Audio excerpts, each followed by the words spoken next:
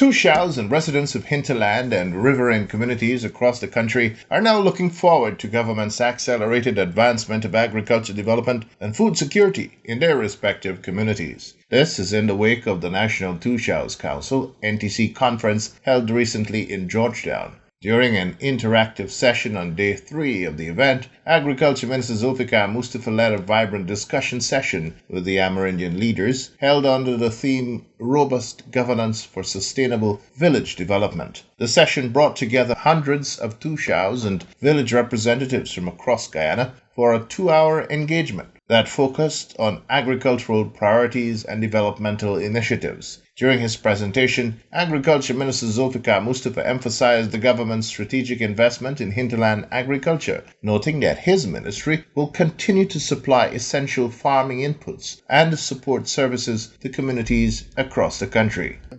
All of us can attest to the fact that we have seen massive transformation in our community. We have seen where our community today is more resilient. We have seen our community is more strong, and we are seeing our community, we are building a community where we will be food secure and where the government has increased expenditure over time to ensure that all the hinterland community are taken care of. So as we begin this morning, I can say that across the country, especially in the hinterland, we have seen massive investment taking place. And from the government's perspective, we don't want you to remain subsistence economy in the community, that you only must produce for subsistence part only. We want you to be resilient. We want you to be your village must be able to produce not only for your community, but your village must produce also to share in the country's development, to export from your community. That is what we are building. And I'm happy to report today that over the last 4 years, we have built 13 agro-processing facilities across our country. Many of you in your community would have had some of those. For example, places like St. Ignatius, we build there.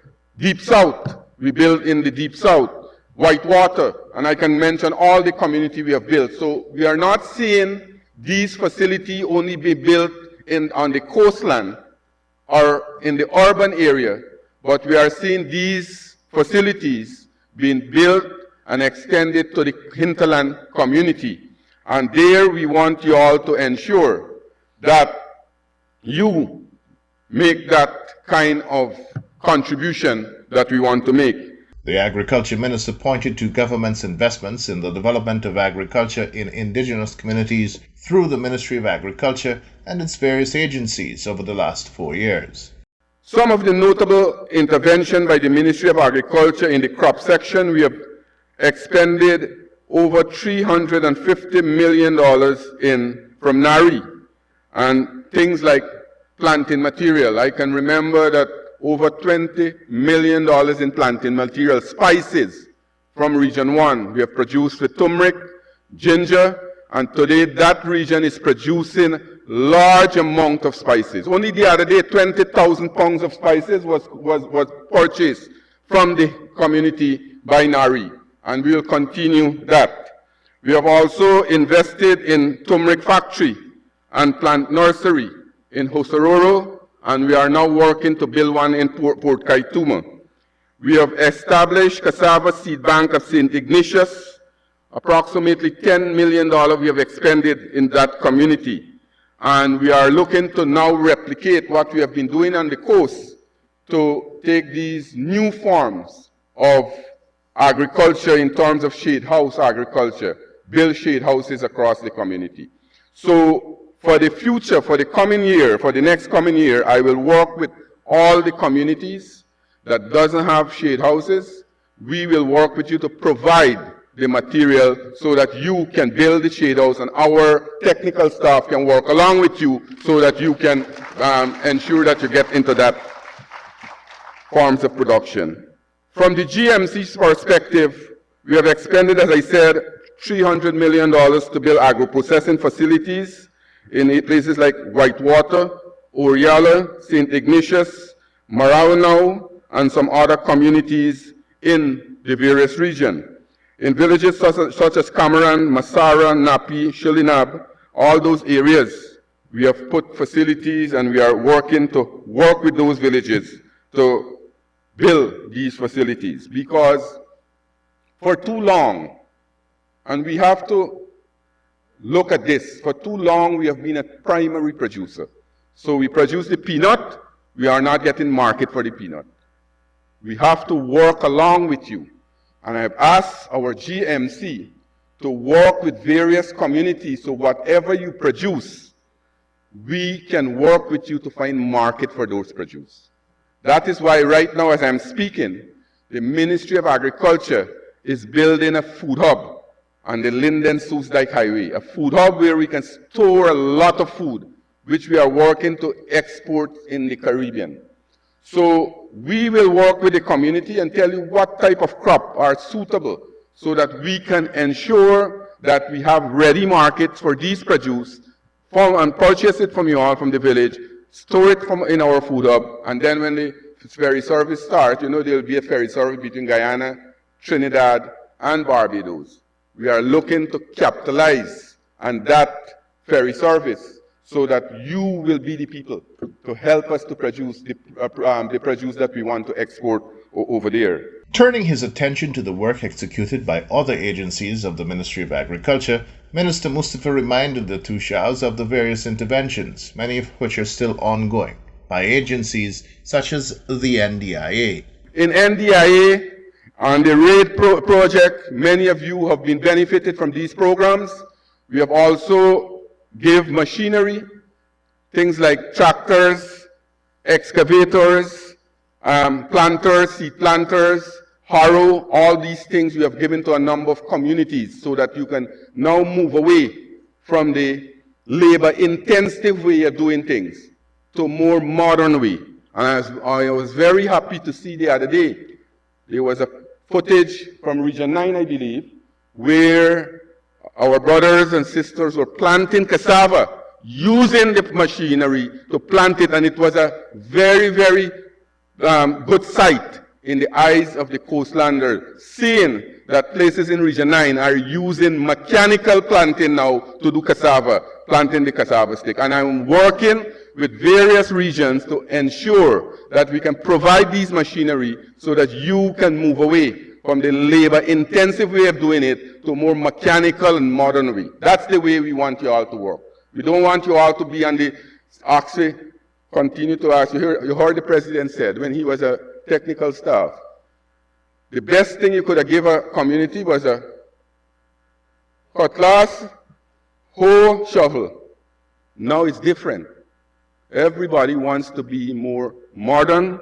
Everybody wants to ensure that we not only plan for subsistence farming, we want to ensure that our village be resilient and we produce for the country's development. You see, today in CARICOM, Guyana is leading the agriculture drive. For the last 4 years, since our president has taken leadership in CARICOM in leading agriculture and food security, we have seen a renewed interest in agriculture. And the entire region is looking to Guyana for that leadership. But we also have to develop our sector. We have to be in the forefront. And one of the areas that we earmark to create massive development is the hinterland community, because you all have the land, and we will give you the necessary technical capacity, build your capacity so that you can produce and ensure that you make that contribution, not only to Guyana, but the entire region. According to Minister Mustafa, the NDIA expended 34% of its overall budget for 2024, or $1.6 billion, on drainage and irrigation works in hinterland and riverine communities. Based on the request of TOSHAO'S during an early engagement with the minister, Minister Mustafa outlined the immediate measures being taken by his ministry. So, to further expand production, we will construct a turmeric factory at 4 Mile, which will cost us about $30 million. We will expand the ginger factory at Hosororo. We will distribute close to about 4,000 Brazilian green nuts, and these are high-yielding nuts. Many of you, TOSHAO, already would have made requests. I've instructed the NARI and the Hope Coconut Estate that all these requests are fulfilled before you leave back for your various community. Most of you all might not be able to take these coconut back with you, but we'll ensure that it reaches you as soon as possible. We will expand the citrus cultivation where we are looking now at Santa Rosa and Baramita. They want to get involved directly with citrus, and already we have distributed a number of citrus plants, and we'll continue to do the distribution there. And what we also want to do, we want to expand our coffee production. Right now we have approximately 13,000 coffee plants at our Hosororo nursery. We have already distributed almost 6,000. But coffee is a very important crop, and villages that need and want to get into this production, we can work along with you, and we can give you all the planting material for coffee free, and the plants, so that you can start your coffee production in your community. The other areas that we want to get go into, cassava. Cassava has been the main staple in the hinterland community. We are working in Region 9, we have worked with the region and the Ministry of Local Government to set up a processing facility to process the cassava. We will work along with the other regions in the country in future to set up these facilities. Because last night I was having a chat with the TOSHAO from Whitewater. He told me that they got a lot of cassava and they don't know what to do with it because they can only use an amount. So I was just working to see how we can market the cassava. I told him, look, if the community can make the cash strip, we will look to purchase the cash strip and also the cassava bread so that the community can get the market there from that. That is what we'll be doing. So we will ensure that in the various hinterland community, we must not only plant in a small subsistent way. We can do it for our community, whatever we want to use.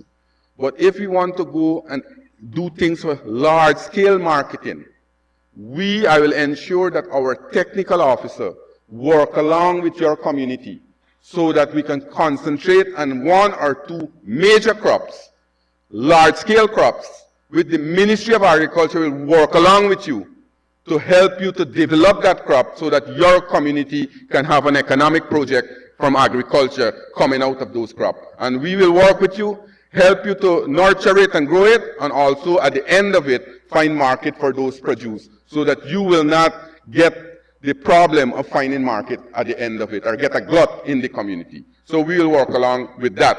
So if you accept that, that can be one of the program because a number of communities we have already worked with.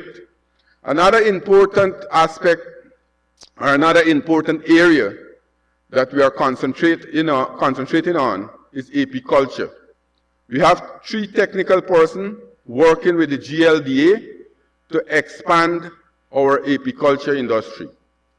Now in Region 9 and Region 7, I understand Region 9 and Region 7, we have had a lot of hives being distributed, and we have moved honey production from 2,000 gallons in 2022 to approximately 30,000 gallons in 2024. So that tells us that we have potential, and you have the ideal location. Any community, any village who are interested in honey production, let us work along with you. We'll provide the hives, we'll provide the technical support, we'll provide all the protective gear, and we'll help you to get the honey so that you can reap the honey coming out from your community. So let us work on that program. Dr. Waldron is here. Where's Waldron? Dr. Waldron is here. He will work along with the community. He's the head of GLDA. In terms of the livestock, I know the president, when he visited a number of communities, he has made commitment, and myself also. Most of those commitments have already been fulfilled. We have given a lot of breeding animals. We are working to ensure that those areas that didn't receive, that we'll continue to work with them, to give them. As a matter of fact, we have the Black Belly Sheep program. We can extend that now to the hinterland. You know, the president launched that program 2 years ago in Region 5. Now, when he launched that program, we wanted to create a brand of mutton to replace the New Zealand lamb and the Australian lamb coming to this part of the world. So between Guyana and Barbados, we said we will partner to create that brand that we want to create it. So from the time the president launched that, we have started out with 1,000 black belly sheep from Barbados. To date, I think we have increased it to approximately 3,500 of those sheep already. And let us extend it to the hinterland community. We can't start it a lot. Let me be very frank. We can start with a few in your village. Do it as a village project. And let us start replicate it in the hinterland so that the hinterland can contribute to the black belly sheep program that we want to build in our country. So take up the opportunity and we can work along with you in that one. Many of you already asked that you want this program to extend to the hinterland. So let's extend it to the hinterland and we will work along. Also, we have already started our insemination program, artificial insemination program. But what we are doing now too, we are doing embryo transplant. We already did close to about 300 embryo transplant with good breed of animal. So those community that are rearing cattle, we can work along with you to give you a proper breed of animal so that your breed can get better in your community. Your breed can get better. Indigenous communities across the country are also set to further benefit from the Black Giant Chicken program, through which single-parent mothers and fathers are provided 25 Black Giant baby chicks along with starter feed as a form of income generation through the production of eggs for sale. The TOSHAO'S and other community representatives expressed gratitude to President Dr. Irfan Ali, Minister Mustafa, and the wider government for the progress made in improving the quality of lives in their villages through ongoing agricultural and infrastructural development. Earlier in the day, Minister Mustafa had engaged in one-on-one meetings with TOSHAO'S and village representatives for a better understanding of their needs in order of priority for both short-term and long-term resolutions. Among the requests was for planting material for cassava and coconut, assistance in getting machinery repaired on location, and assistance in marketing for crops such as watermelons, especially from Region 9. Most of the requests for assistance were immediately addressed by Minister Mustafa, who in several instances ordered mobilization of resources in response to the many requests for help. Among the commitments made by the Agriculture Minister was for the provision of cassava cuttings and the new Brazilian green dwarf seedlings. The annual NTC conference continues to serve as a vital forum for indigenous leaders to engage directly with government officials on key policy areas affecting their communities.